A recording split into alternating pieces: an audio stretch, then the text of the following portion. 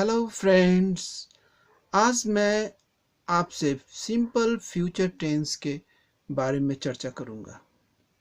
Simple future tense का प्रयोग किसी फ्यूचर एक्शन या अवस्था को दिखाने में होता है जो कि फ्यूचर टाइम में शुरू होता है और फ्यूचर टाइम में ही पूरा हो जाता है। इस बात को मैंने यहाँ रखा है। The simple future tense is used to show an action or a condition. कोई एक्शन या कोई घटना, कोई कार्य या कोई अवस्था, भविष्य का कार्य या कोई अवस्था that is going to begin and end in the future, जो कि भविष्य में शुरू होगा और भविष्य में ही खत्म हो जाएगा, भविष्य में ही पूरा हो जाएगा। इसे हम सिंपल फ्यूचर टेंस से दिखाते हैं, ऐसे एक्शन को या ऐसे अवस्था को। इस तरह से क्या मैंने पाया कि हमने ये पाया कि सिंपल फ्यूचर टेंस को दो तरीके से दिखाया जा सकता है। एक एक्शन के रूप में, एक्शन टाइप सेंटेंसेज के रूप में, दूसरा अवस्था, कंडीशन दिखाने के लिए, कंडीशन, फ्यूचर कंडीशन दिखाने के लिए, फ्यूचर की अवस्था को दिखाने के लिए कंडीशन टाइप सेंटेंसेज। पहले अब यहाँ देखें बेसिक स्ट्रक्चर। अब action type simple future tense का सेंटेंस कैसे बनेगा? इस स्ट्रक्चर से। पहले सब्जेक्ट, उसके बाद ऑक्सिलरी वर्ब, ऑक्सिलरी वर्ब में यहाँ विल या शैल का प्रयोग होता है।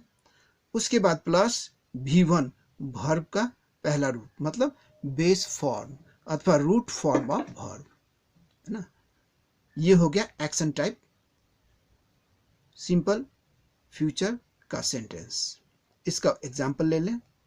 वी शैल अथवा वी विल कम टुमारो, हम लोग कल आएंगे।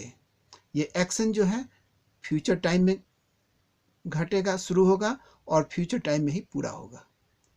इस बात को दिखाया गया है फ्यूचर, सिंपल फ्यूचर टेंस से।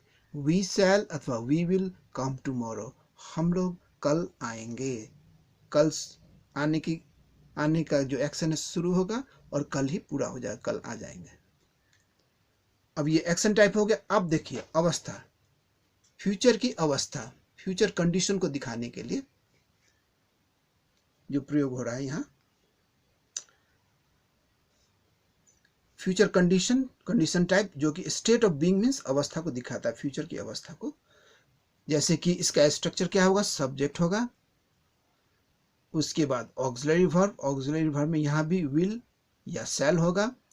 उसके बाद एक और ऑक्सिलरी वर्ब आएगा बी, बी माने होना, भविष्य की अवस्था को दिखाने में के लिए बी का प्रयोग होता है। ये बी ऑक्सिलरी वर्ब, बी माने होना, बी प्लस कॉम्प्लीमेंट या अदर वर्ड्स आएगा इसके बाद। अब इसका एग्जाम्पल देख लें। आई शैल और will be 20 by next year, मैं अगले साल 20 वर्ष का हो जाऊंगा। मतलब मेरी अवस्था जो है 20 वर्ष की हो जाएगी, मेरी उम्र 20 वर्ष की हो जाएगी। ये अवस्था दिखाता है, यहाँ एक्शन नहीं है। मेरी उम्र 20 वर्ष हो जाएगी नेक्स्ट ईयर में। ये फ्यूचर कंडीशन को दिखा रहा है विदाउट एनी एक्शन। यहाँ एक्शन नहीं है, यहाँ एक्शन है। अब यहाँ एक बात ध्यान में ले ले, point to note, in the British English, shall is generally used with the first person subjects I, we. First person subjects क्या होता है? सिंगुलर I, मैं, एक व्यक्ति, उसका प्लूरल हम लोग, we। ये दोनों फर्स्ट पर्सन सब्जेक्ट्स है। इसके साथ प्राय क्या होता है कि ब्रिटिश इंग्लिश में शैल का प्रयोग होता है। क्या दिखाने के लिए? टू शो अ नेचुरल, एक स्वाभाविक, एक सामान्य फ्यूचर सेंस को दिखाने के लिए शैल का प्रयोग फर्स्ट पर्सन आई या वी के साथ होता है ब्रिटिश इंग्लिश में। लेकिन बट इन अमेरिकन इंग्लिश, लेकिन अमेरिकन इंग्लिश में will is replacing shall even in such cases. लेकिन अमेरिकन इंग्लिश में क्या हो रहा है कि शैल की जगह विल ले रहा है, शैल के बदले विल का प्रयोग अमेरिकन इंग्लिश में ज़्यादातर होता है, ये दिखाया गया। अब हम सिंपल फ्यूचर टेंस क्या कैसे और किस अवस्था में प्रयोग होता है उसके बारे में हम देखेंगे। Usage of simple future, action type sentences हम लेंगे। Usage of simple future action type sentences, अवस्था कंडीशन दिखाने वाला बाद में लेंगे, पहले एक्शन टाइप। अब यहां देखें, पहला किस अवस्था में और कैसे सिंपल फ्यूचर का प्रयोग होता है एक्शन टाइप, फ्यूचर एक्शन को अथवा फ्यूचर इवेंट को दिखाने के लिए। देखिए पहला, the simple future tense is used to show a willingness मतलब इच्छा, और एन इंटेंशन मंशा है, और एन इंटेंशन को दिखाने के लिए, इच्छा को दिखाने के लिए, इंटेंशन को दिखाने के लिए मंशा है, और डिटर्मिनेशन दृढ़ता, कोई काम करने की दृढ़ता को दिखाने के लिए, टू डू समथिंग, ये दृढ़ता क्या, फ्यूचर में मैं ये काम करूंगा, इस दृढ़ता को दिखाने के लिए सिंपल फ्यूचर का प्रयोग होता है। जैसे कि एग्जाम्पल से देखें, आई विल हेल्प यू, मैं तुम्हारी मदद करूंगा, in doing this difficult task, इस कठिन टास्क को, इस कठिन काम को करने में मैं तुम्हारी मदद करूंगा। ये एकदम डिटर्मिनेशन, एक इच्छा शक्ति से, इंटेंशन से और डिटर्मिनेशन के साथ कहा जा रहा है कि मैं तुम्हारी मदद करूंगा, यह कठिन काम करने में मैं तुम्हारी मदद करूंगा। अब दूसरा प्रयोग सिंपल फ्यूचर का, the simple future is used to predict means भविष्यवाणी करना, भविष्य की बात करना, उसको प्रेडिक्ट कहा जाता है। To predict a future action और इवेंट, भविष्य की घटना या भविष्य का एक्शन को दिखाने के लिए, उसके बारे में भविष्यवाणी करने के लिए हम सिंपल फ्यूचर का प्रयोग करते हैं। जैसे इसका एग्जाम्पल से इस बात को समझे, it will rain tomorrow with thunder's, कल गर्ज के साथ पानी पड़ेगा या वर्षा होगी। ये भविष्यवाणी, ये मौसम की भविष्यवाणी है। इसको भी प्रेडिक्ट करने के लिए सिंपल फ्यूचर का प्रयोग होता है। देखिए, it will rain tomorrow with thunder's, गरज के साथ पानी पड़ेगा या वर्षा होगी। कल गरज के साथ पानी पड़ेगा या वर्षा होगी, ये भविष्यवाणी है, मौसम की भविष्यवाणी। अब नेक्स्ट देखें,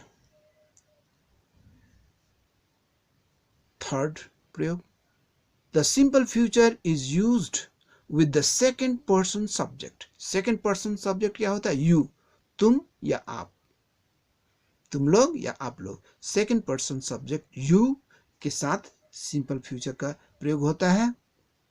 किस अवस्था में, टू गिव ऑर्डर्स, आदेश देने की अवस्था, टू गिव ऑर्डर्स, ऑर्डर देने के लिए।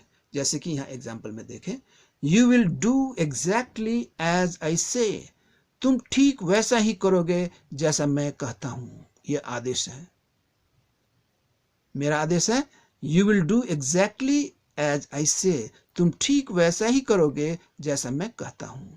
यहाँ यू को आदेश किया तो यू के साथ विल का प्रयोग हो गया कि तुम ऐसा करोगे, भविष्य में करोगे, इस बात को दिखाने के लिए यहाँ विल का प्रयोग होता है यू के साथ, सेकेंड पर्सन सब्जेक्ट। अब चौथा प्रयोग देखें, the simple future is also used with the second person subject you। फिर you के ही साथ दूसरा देखिए प्रयोग, you क्या, किस अवस्था में, to give invitation, invitation देने के लिए, अथवा to make plain request, अथवा एक रिक्वेस्ट करने के लिए, plain रिक्वेस्ट करने के लिए ये सिंपल फ्यूचर टेंस का प्रयोग होता है you के साथ, सेकेंड पर्सन सब्जेक्ट you के साथ। यहाँ एग्जाम्पल से इसे देखें, पहला example, will you marry me, ये इन्विटेशन, ये क्वेश्चन के रूप में है, एक इन्विटेशन है कि क्या तुम मुझसे शादी करोगी। ये एक इन्विटेशन है, एक लव इन्विटेशन भी कह सकते हैं इसे, एक लव इन्विटेशन है, विल यू मैरी मी। अब दूसरा एग्जाम्पल देखें, विल यू हेल्प मी, ये एक रिक्वेस्ट है, प्लेन रिक्वेस्ट है कि क्या आप मेरी मदद करेंगे, ये प्लेन रिक्वेस्ट को दिखाता है।